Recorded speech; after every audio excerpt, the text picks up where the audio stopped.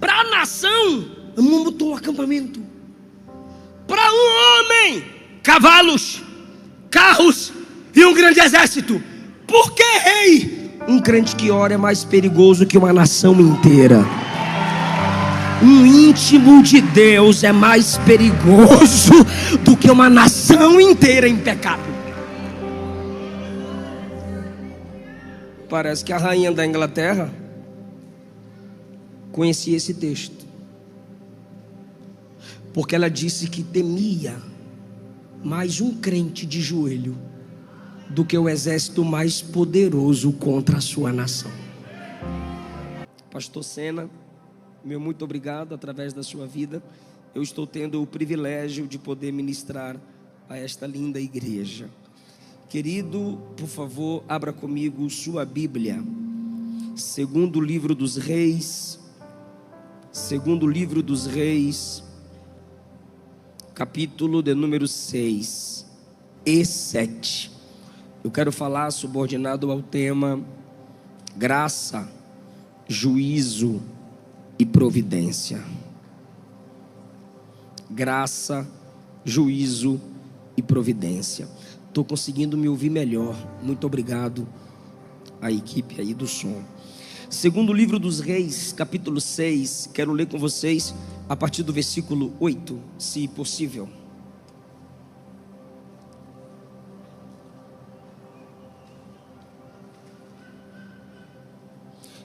Se podemos, desculpem, eu sou assembleano. Se podemos, diga amém. A partir do versículo 8 diz: o rei da Síria fazia guerra a Israel e consultou com seus servos, dizendo: em tal e em tal lugar estará o meu acampamento. Esse aqui é o rei da Síria falando aos seus servos de confiança, onde estabeleceria o seu acampamento para pegar Israel de surpresa no momento de guerra. Mas o homem de Deus enviou ao rei de Israel, dizendo: guarda-te de passares por tal e tal lugar, porque os sírios desceram ali. Pelo que o rei de Israel enviou àquele lugar de que o homem de Deus lhe falara, e de que o tinha avisado, e se guardou ali, não uma nem duas vezes.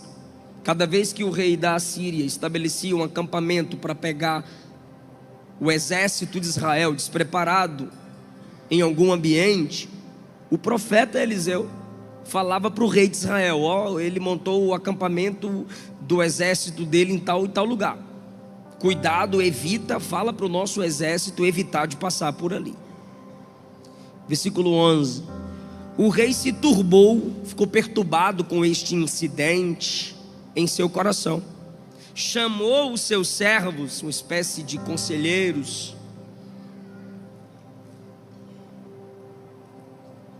que susto, varão.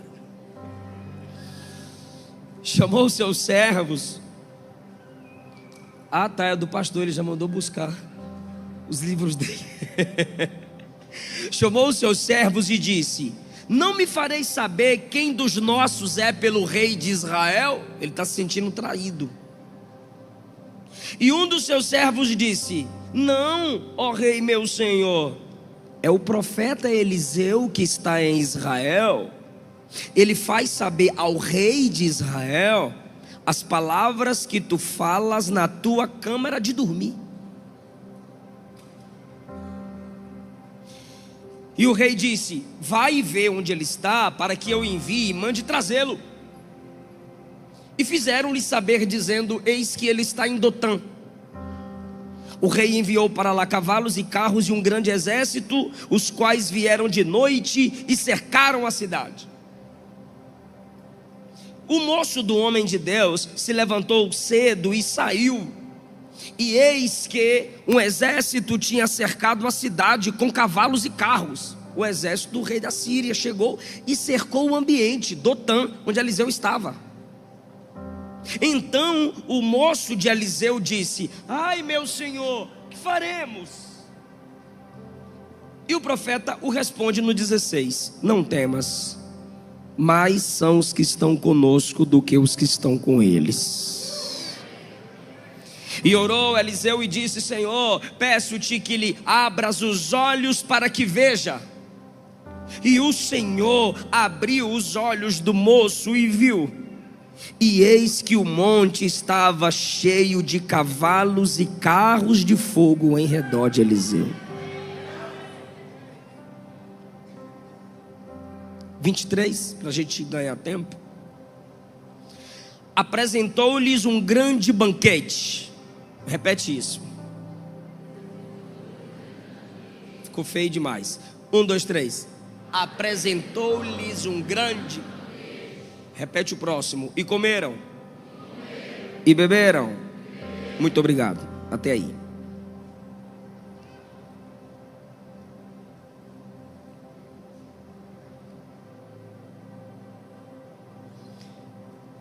Deus tinha 2 homens considerados javistas. Ser um javista nesse tempo dos reis em Israel representava trazer a nação de Israel de volta para Javé, Yavé, Jeová. Elias e Eliseu. Em Deuteronômio, em sua onisciência, Deus avisou que se Israel quebrasse a lei de Deus, Israel seria cercado por inimigos, e dentro de Israel a fome se multiplicaria. Isso acontece no capítulo 7. Mas o homem de Deus era a representatividade legal de Deus na nação. Tinha falhas como eu e você temos, tinha problemas como todos nós temos, tinha limitações como qualquer um aqui tem, mas tinha fome de Deus. Se erguia como defensor da verdade da palavra de Deus. Eliseu, então, sendo um representante legal de Deus, apesar de suas falhas, nesse tempo de apostasia, ele aponta-nos, pois se ele não tivesse nada a ver conosco, eu não poderia pregar sobre ele. Ele aponta-nos para a realidade de que a igreja é a representatividade legal de Deus na terra.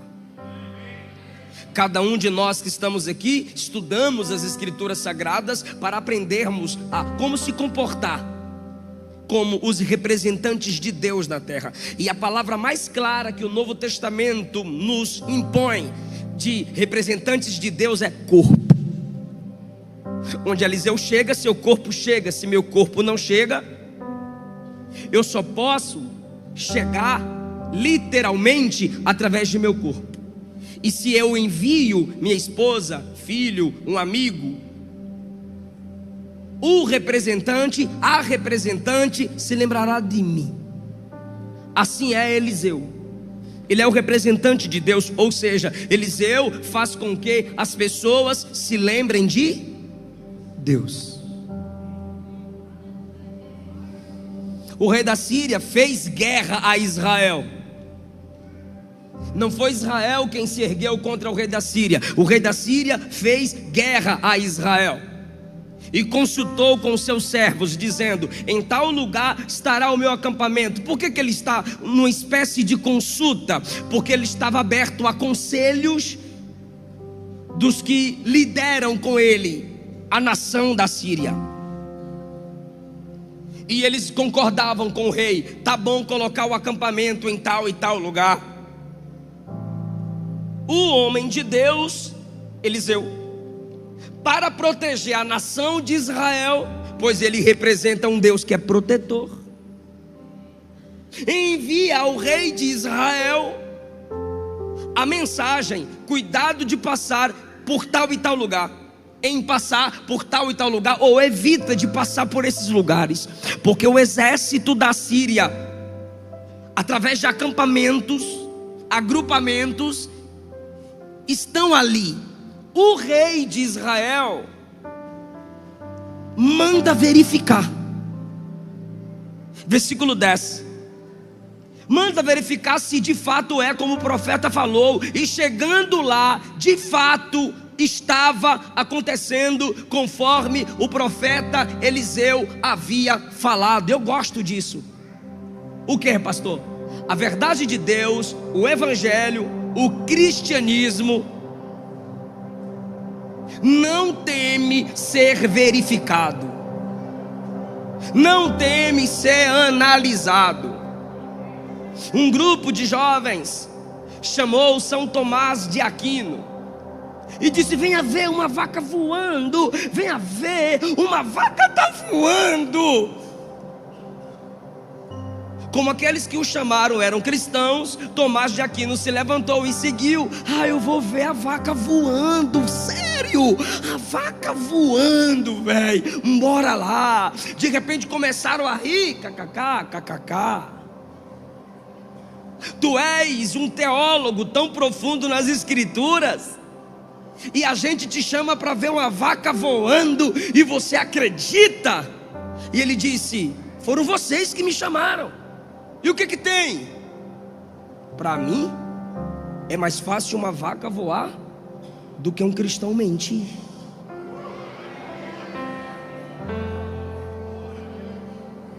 A Bíblia nos chama de luz.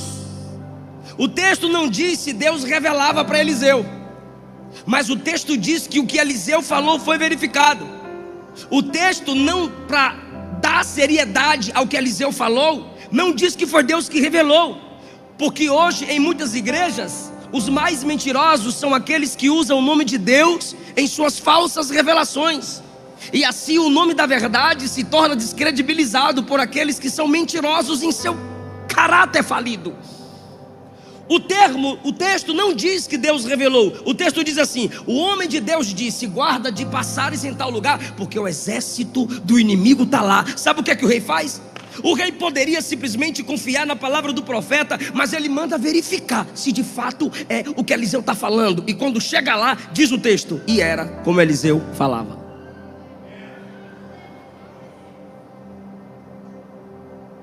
Você não pode baixar o padrão. Você tem a palavra da verdade, foi regenerado pelo Espírito da verdade, foi salvo por Cristo, que é o caminho, vida e verdade. Você precisa não temer que joguem luz sobre você.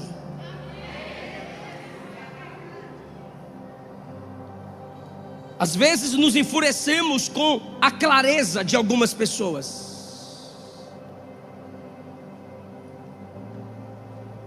E Jesus prefere inimigos declarados do que inimigos disfarçados de amigos. Precisamos ter transparência se queremos representar Deus na terra. E eu desafio qualquer ateu, qualquer teólogo liberal, provar qual religião se entrega à verificação como o cristianismo. Nenhuma delas se entrega à pesquisa, nenhuma delas se entregam à análise como o cristianismo. Ateus já se tornaram cristãos fazendo pesquisas para criticar o Cristo que servimos e se converteram. Um dos livros mais famosos de ateus que fizeram pesquisa para descredibilizar o evangelho é "E a Bíblia tinha razão". O autor foi impactado porque em suas pesquisas ele percebeu que enquanto ele duvidava, as pedras clamam. Enquanto ele duvidavam, as pesquisas em laboratório confirmam. Se o cristianismo não teme ser verificado, se eu estou vivendo uma vida que temo ser perscrutado, eu não estou representando Deus. Temos que parar com essa mania de enfraquecer o evangelho. Pequei, caí, falhei, perdoe-me, me dê mais uma chance, ergue-me, ó Deus. A igreja não quer a miséria de ninguém. A igreja do Senhor é luz, e como luz ela ama transparência. Paulo disse na carta aos Efésios, no capítulo 5, que a luz tudo condena e reprova as obras das trevas. Mas como nós condenaremos os pecados do mundo se não conseguimos ser transparentes entre nós mesmos? Verifiquem as Escrituras Sagradas. Verifique as pregações dos homens de Deus. Eu, como pai, tenho a responsabilidade de me comportar de tal modo que o meu filho, Eliseu filho, diga: pai, que eu seja um marido como tu és. Que a Esté Caroline olhe para a Luana e diga: mãe, que eu seja uma esposa como tu és.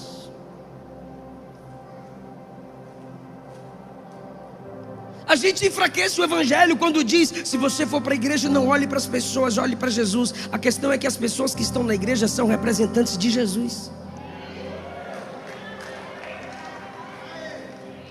É claro que vão olhar para tu. Gideão disse aos seus soldados: olhem para mim e façam como eu fizer. Paulo disse à igreja em Corinto: me imitem, porque eu sou imitador de Jesus. Imagina a gente olhando para o céu e a gente olhando e dizendo: olhe para Jesus. Jesus olhando do céu para cá dizendo: para mim não, para eles, porque meu corpo na terra são eles. Pastor, mas você está dizendo que Deus está querendo perfeição em nós? Não, mas disposição para viver a verdade do evangelho e dizer: pode verificar, não sou perfeito, mas estou me esforçando para que a graça de Cristo me fortaleça nos meus momentos de fraqueza. Tudo que Eliseu falava era verificável. Foi verificado. O rei ficou turbado. Agora um verifica e o outro se turba. O inimigo de Israel está turbado. Por quê? Porque ele manda um acampamento aqui, Israel escapa. Ele monta outro acampamento aqui, Israel escapa. Ele monta outro acampamento aqui, Israel escapa. Ele se turbou em seu coração, como quem diz: eu me aconselhei com os melhores conselheiros e agora eu não consigo destruir esse povo de Israel. Deixa eu fazer uma pergunta para quem leu pelo menos o Antigo Testamento ou quem já leu Bíblia. Israel, povo de Deus na antiga aliança, sim ou não? Sim. Só tinha eles, como hoje só tem a igreja. Eliseu é um protetor do povo de Deus. E aquele que é um protetor do povo de Deus precisa esforçar-se para que a igreja de Deus, a noiva do Cordeiro, fuja, evite certos laços. Não é fácil. Mas Eliseu, ele se comporta assim. De repente o rei disse: tem alguém nos traindo. Se o rei de lá está sabendo onde estão meus acampamentos, é porque tem alguém daqui lá. Olha a audácia do inimigo. Como quem diz: eles não têm capacidade própria para descobrir onde eu estou estabelecendo meus acampamentos. Só pela capacidade de alguém daqui lá. Vou repetir. O que ele está dizendo é: eles não têm capacidade própria de descobrir onde estão os meus acampamentos. Tem que ser alguém daqui para falar lá onde nós estamos nos reunindo. Isso é audácia. A igreja não vai precisar de quem não tem aliança com Deus para ajudá-las em sua estratégia de crescimento. A igreja tem livramento, crescimento e prosperidade ouvindo quem é de Deus, recebendo daqueles que receberam de Deus. Não, Israel não tinha alguém de fora lhe dando instruções a respeito do exército dentro. Israel tinha alguém lá dentro, como nós temos muitos aqui. Olhe isso. Quando o rei se turba, um dos seus servos responde: não, ó rei, não é isso. Não é um dos nossos que leva as informações para lá. Tem um profeta lá que fala para o rei de lá, não só onde estão os seus acampamentos. Ele fala para o rei até as palavras que tu falas na recâmara de dormir. Aí eu pergunto para essa igreja, e eu sei que ela sabe a resposta: Eliseu é onisciente? Não. Então, quando o impossível de ser sabido entre os homens é de alguma forma revelado, só um está sendo glorificado. Eliseu tem um ministério dom, diga profeta. Eliseu tem um ministério dom profético, profecia. E o dom de Eliseu agora, o profeta Eliseu, está revelando a onisciência divina. É para isso que servem os dons: manifestar Deus, apresentar Deus, e não o dotado. Quando Paulo trata sobre os dons, 1 Coríntios, capítulos 12 a 14, eu acho interessante que ele trata dos dons, capítulos 12 a 14. Só que entre o 12 e o 14 tem o capítulo 13, onde ele trata do amor. Porque sem o amor, nenhum dos dons do 12 nem do 14 serve. Só que quando ele conclui a listagem dos dons, no capítulo 14, ele diz assim: o ímpio entre vós, o leigo entre vós, com a manifestação dos dons, se prostrará e reconhecerá que Deus está entre vós. A manifestação dos dons é para a glória de quem dá o dom. Então, de modo implícito, o rei está assustado. Como que alguém tem um conhecimento desse? O Deus de Eliseu está sendo revelado aqui. Deus te dá dons. Deus vai te dar dons, mas pelo amor de Deus, em nome de Jesus, por gentileza, a glória é só dele, a honra é só dele. Nunca se esqueça disso.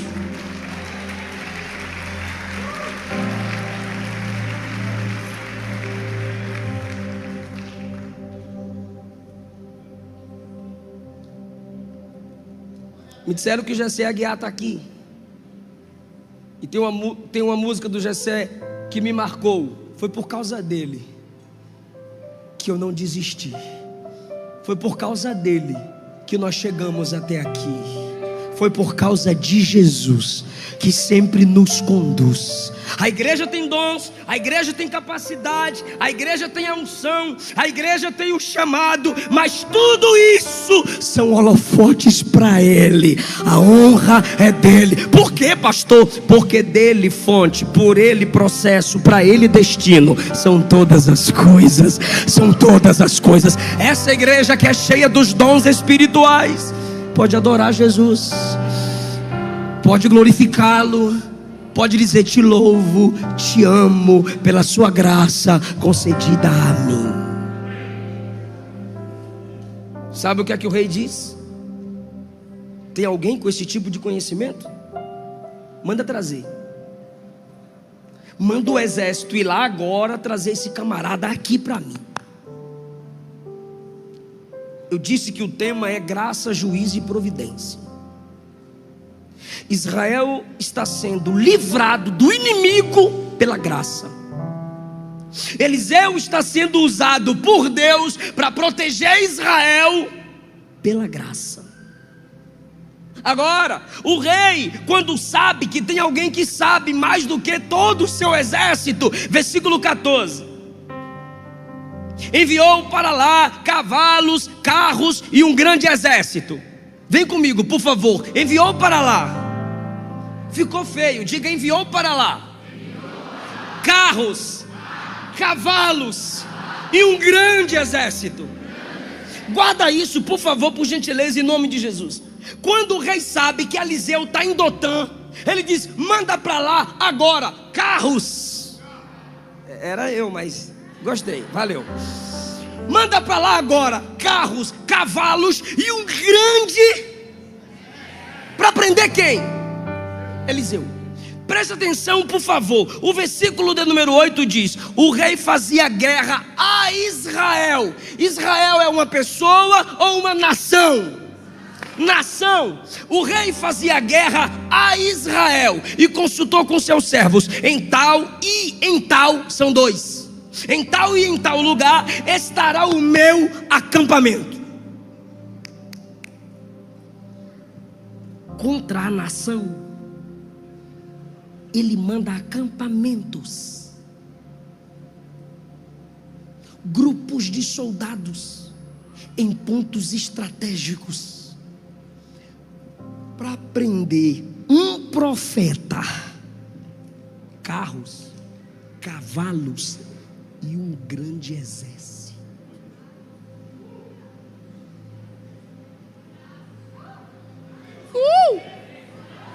Que isso? Vocês entenderam, né? Brincando. Para a nação, montou um acampamento. Para um homem, cavalos, carros e um grande exército. Por que, rei? Um crente que ora é mais perigoso que uma nação inteira. Um íntimo de Deus é mais perigoso do que uma nação inteira em pecado. Parece que a rainha da Inglaterra conhecia esse texto, porque ela disse que temia mais um crente de joelho do que o exército mais poderoso contra a sua nação. Eu não entendo como é que você ainda não descobriu esse poder que só é disponível para quem ora. Orar não é coisa de gente forte. O único forte que orou, por exemplo, se chama Jesus. O resto, de Gênesis a Apocalipse, todo mundo orava, porque eram fracos. Pastor, mas eu conheço uma irmã do manto, eu conheço um profeta canela de Jeová, que olha... Já viu ele orando? Já, pastor. Então chega lá perto, se ajoelha e você vai escutar assim, ó: ó Deus, tem misericórdia de mim. Segura na minha mão, senão eu caio. Segura na minha mão, senão eu não aguento. Todos que oram são dependentes de Deus e escutam de Deus. A minha graça te basta e o meu poder se aperfeiçoa na sua fraqueza.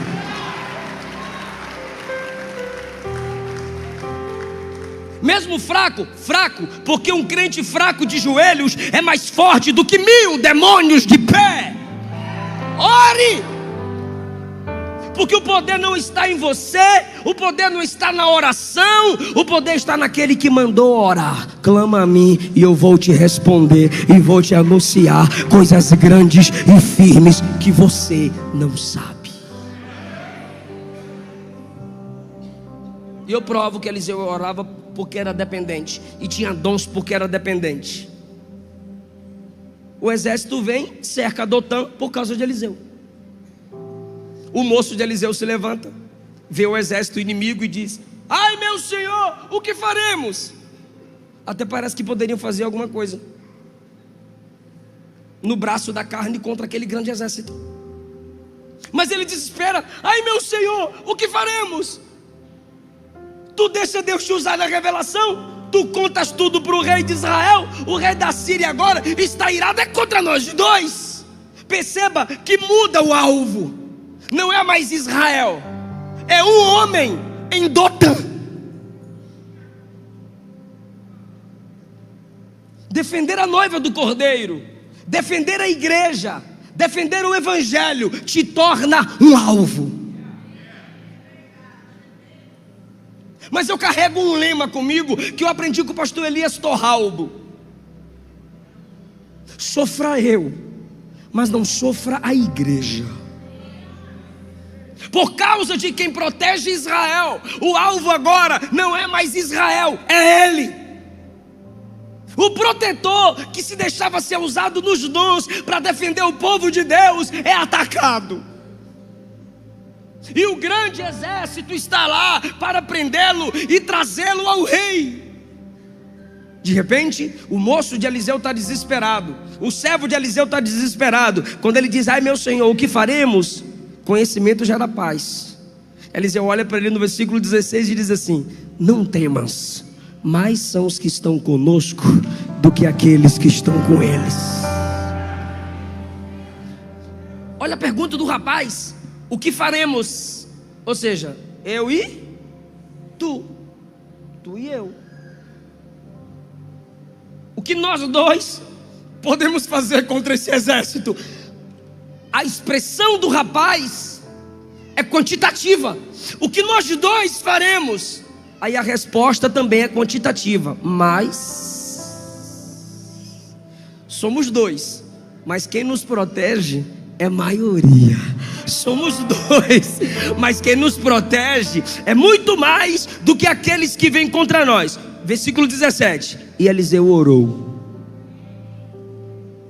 Senhor, abre os olhos deste, para que veja. Quando Eliseu acaba de orar, o que você está vendo? Eu vejo. Versículo 17: o Senhor abriu os olhos e ele viu que o monte ao redor de Eliseu estava cheio de cavalos e carros de fogo. Deixa eu fazer uma pergunta para quem está ligado: tinha um exército contra eles, sim ou não? O exército veio para prender Eliseu, sim ou não? Então por que Eliseu não meteu logo um gamerrá naquele exército? É sério, pastores, irmãs, jovens, igreja do Senhor, me escute. Quem ali traria perigo para Eliseu? O exército ou seu servo? Pode falar, perigo. O exército. Mas Eliseu está orando por quem? Pelo servo. Antes de orar por juízo contra o inimigo, ele pede graça sobre o amigo. Porque mais perigoso de quem vem contra mim é a falta de preparo de quem está comigo.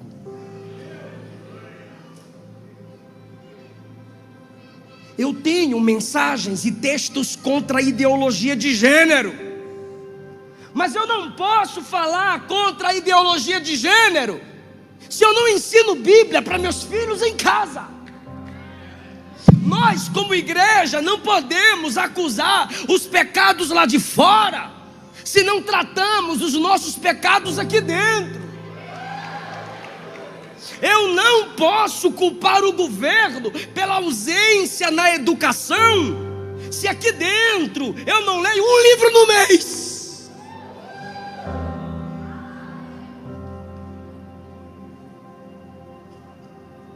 Tem inimigo lá fora, e eles estão preparados. E quem está do meu lado está na mesma visão? Porque se quem anda contigo não tem a mesma visão que da parte de Deus você tem, ele se torna tão perigoso quanto o inimigo que vem de lá para cá.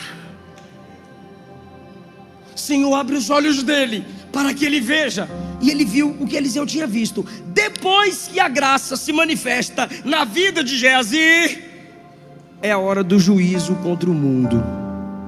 Senhor, olha só que interessante, irmãos. Eu pulei aqui para a gente adiantar a leitura. 18: desceram a ele, a Eliseu, e Eliseu orou ao Senhor.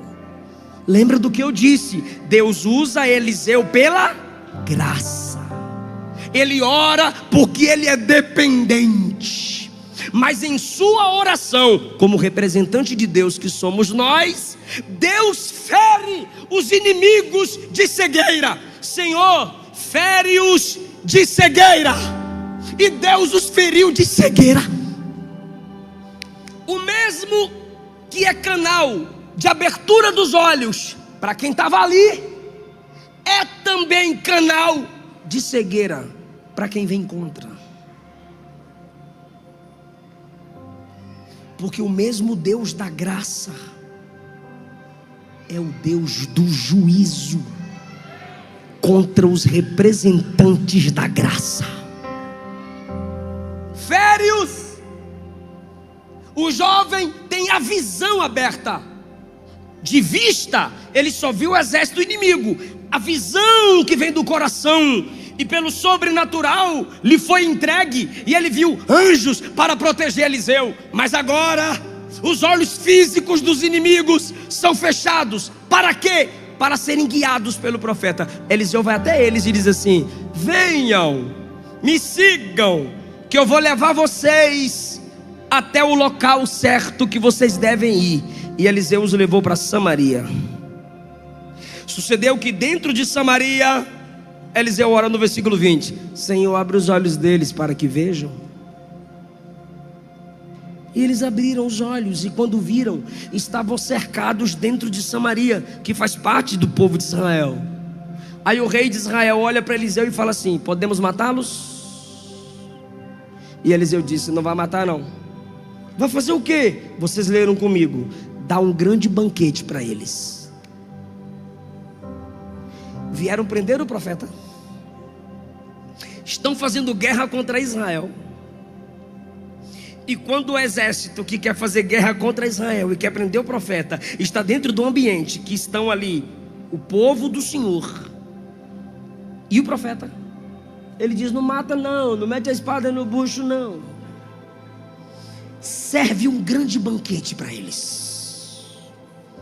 E dá muita comida, os bichinhos estão com fome.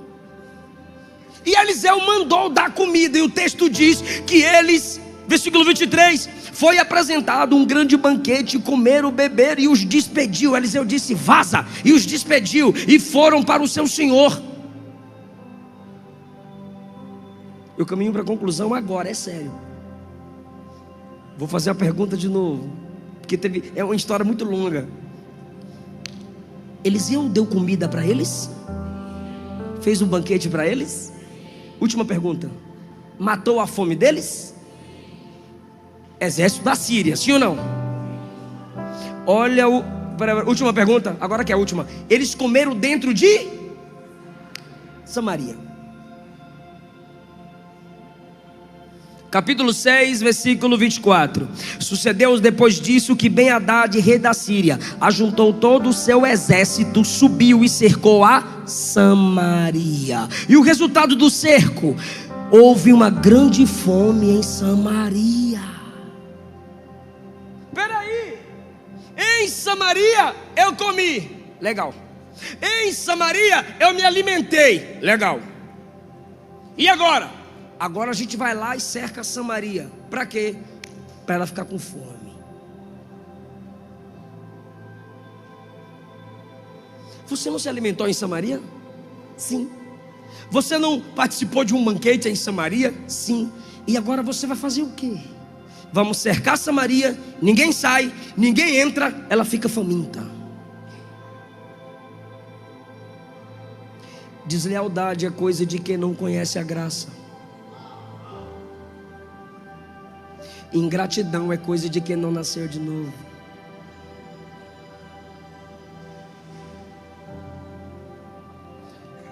Quando a fome chegou, uma mulher olhou para o rei, está aí, capítulo 6. Olhou para o rei e disse assim: ó, ontem nós comemos o meu filho, hoje é o dia de comer o filho dela. E ela escondeu o filho dela. Eu não estou achando o filho dela para comer, rei. Canibalismo em Israel, por causa do ventre, estão abrindo mão do amor à palavra de Deus e aos seus próprios filhos. Estão quebrando princípios na dificuldade. O Espírito Santo está dizendo a alguém aqui: pode apertar como for, pode estar na prova que for, mantenha os princípios intactos. Por quê, pastor? Porque o tema da mensagem é graça, juízo, provisão. Graça para quem depende, juízo para quem a rejeita, e provisão para quem confia, provisão para quem não desiste. Na hora da angústia, quebraram um princípio, mataram a criança, comeram uma criança e disseram para o rei: e agora? Como é que eu vou me alimentar se ontem ela se alimentou do meu e hoje nada? O rei se levantou no muro e disse assim: de hoje não passa. O que, rei? A cabeça de Eliseu vai ser arrancada. O rei de Israel disse que naquele dia a cabeça de Eliseu deveria ser arrancada. Pergunta para mim por quê? Você sabe. Quem está cercando Samaria é o exército da Síria. Esse exército da Síria comeu dentro de... E quem trouxe aquele exército? Quem falou para não matar? E agora o exército que ele não deixou matar e que ainda deu comida, está lá, sem deixar com que entre comida na cidade. O que você me diz? A culpa é dele. Bestalhado. O que qualquer um diria? Mané. Mas quando o rei no muro diz: hoje eu arranco a cabeça de Eliseu, o texto diz que Eliseu estava em casa com a cúpula de líderes da nação. Quando o rei está indo e o capitão está na frente com a espada na mão para arrancar a cabeça de Eliseu, em casa, Eliseu falou para os homens que estavam com ele: está chegando o homicida. Espera, pelo amor de Deus. É sério, gente, eu fico assim. O texto faz isso comigo. Me assusta. O que é que me assusta? Eliseu já tinha tido a cabeça arrancada? Não, ele está falando. A cabeça está lá. Está funcionando a boca. O rei só falou que iria matar, mas não havia matado. Mesmo assim, ele já chama o rei de assassino, homicida. Mas você só é assassino quando você mata. O rei não matou, pastor. Então por que Eliseu o chamou de assassino? Por revelação divina, depois que ele havia falado que ia matá-lo. Porque suas palavras revelam o seu caráter. A Bíblia não separa caráter de palavras. Não, pastor, nem sempre. Eu rasgo a Bíblia e fico com tu. Inspirado, sagrado. Provérbios não separa palavras de caráter. Efésios diz que minhas palavras revelam meu caráter. Efésios 5. O que eu tenho que fazer, pastor? Cuidado com suas palavras. Você nunca falará aquilo do qual seu coração não está cheio. Ele já é homicida. E isso é juízo de Deus. Para você entender que você é representante do reino, você não xinga. Você não fala a palavra torpe. Deus não te chamou para amaldiçoar quem a Bíblia não amaldiçoa. Está vindo meu homicida. Olha o que Eliseu diz: fecha a porta e empurra a porta com ele e tudo para fora. Espera aí, cadê os anjos? Cadê os cavalos de fogo? Cadê o carro de fogo? Eliseu ia perguntar: não sei, eu não estou vendo. Eu só falo do que eu estou vendo. Profeta que é profeta não inventa. Ele tinha no início do capítulo 6, cavalos e carros de fogo. Mas agora ele não está vendo. Se ele não está vendo um exército de anjo, ele diz: fecha a porta, e se ele empurrar, empurra de volta. E os líderes amigos de Eliseu lá, se ele tentar entrar, a gente joga o rei para fora. Joga ele para fora com porta e tudo. Faz uma prancha e a gente passa por cima. Fé não anula prudência. O rei chega. Quando ele chega, ele amarelou. Aí o que seria assassino falou bem assim: o que a gente pode esperar de Deus? Olha o mal que Deus nos trouxe. Esse mal veio de Deus. O rei virou calvinista. Brincadeira, gente. Mais polêmica, meu Deus. Esse mal foi Deus quem trouxe. Aí Eliseu olhou para ele, capítulo 7. Providência.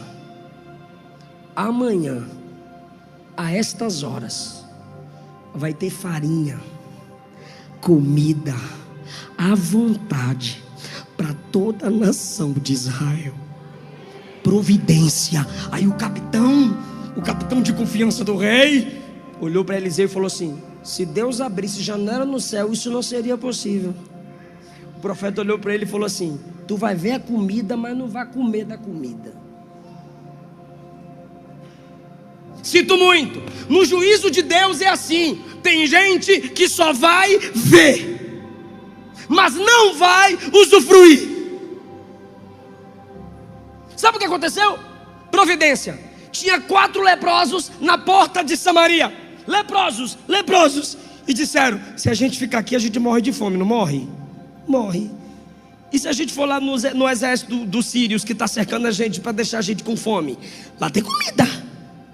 Aí um disse: mas eles não são dos nossos. E se nos matarem? Tá, isso é se matar. Mas se não matar nós, a gente come com eles. Verdade, bora ficar nessa possibilidade deles não nos matarem e nos darem comida.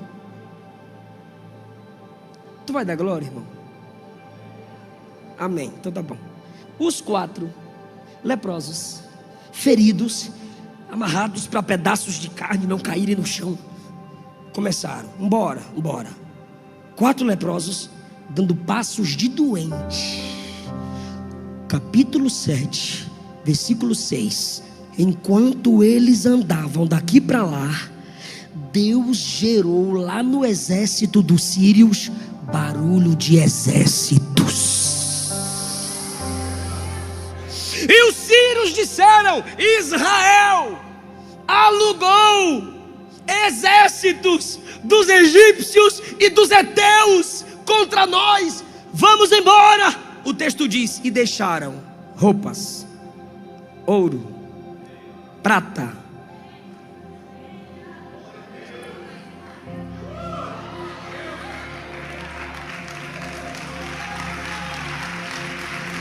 por favor, diga providência. Os 4 chegaram. Que delícia, aleluia. Olha essa roupa, rapaz, ficou massa de mim. E de repente ouviram algum barulho e se esconderam. Aí o outro: não é eles não, é eu, besta, que cheguei. Não tem ninguém aqui não, fugiu todo mundo. Ah, tá, diz o texto 2 vezes: pegaram, comeram e se esconderam. Aí quando eles estão escondidos, isso está errado. O quê? A gente calado. Samaria está com fome. E a gente com tanto de riqueza. A gente não pode se calar. Mas a gente é leproso, mas temos a mensagem. A gente está doente, mas temos a mensagem. A gente está fraco, mas temos a mensagem. Vamos entregar a mensagem.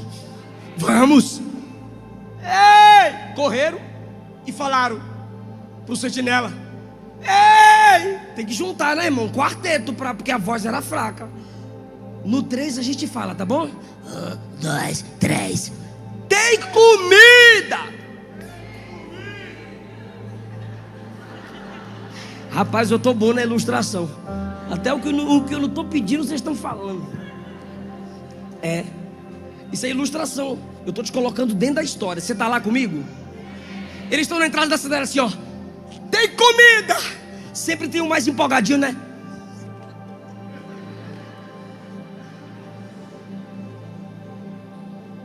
Tem gente que já está pegando.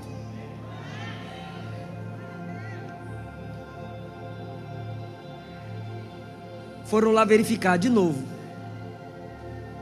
E tinha muita comida.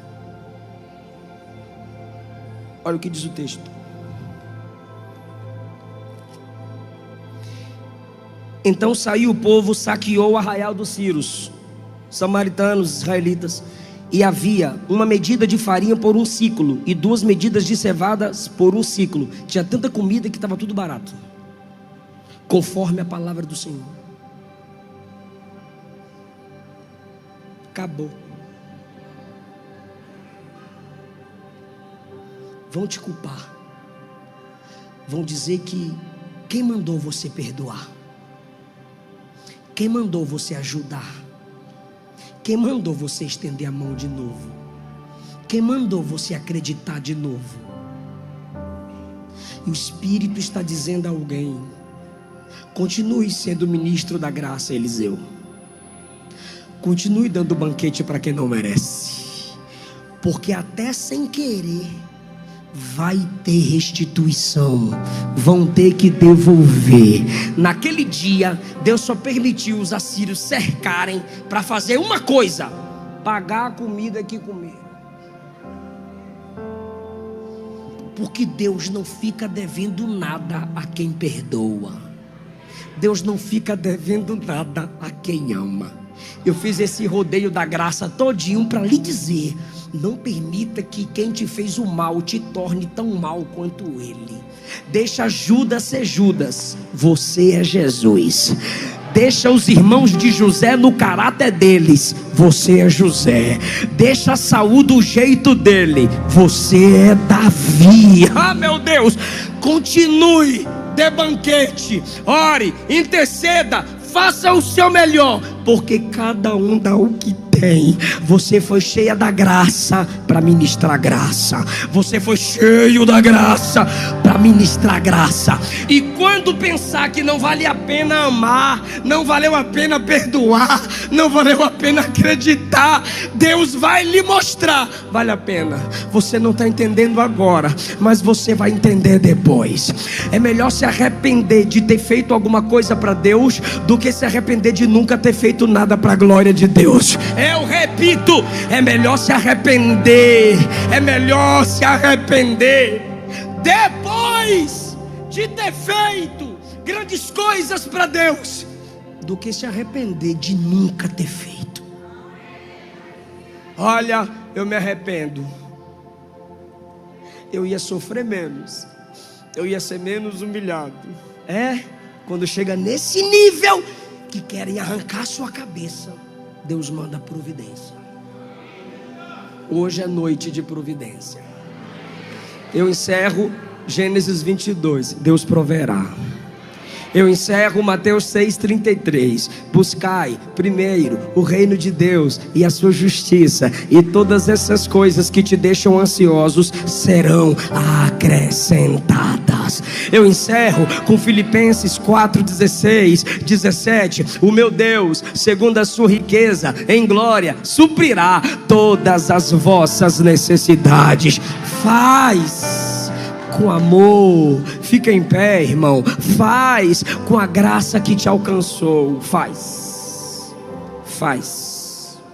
Ame, perdoe, confia na graça, se entrega para a graça, ainda que esteja debaixo de ameaça, de que vai ser perigoso, vai ser difícil.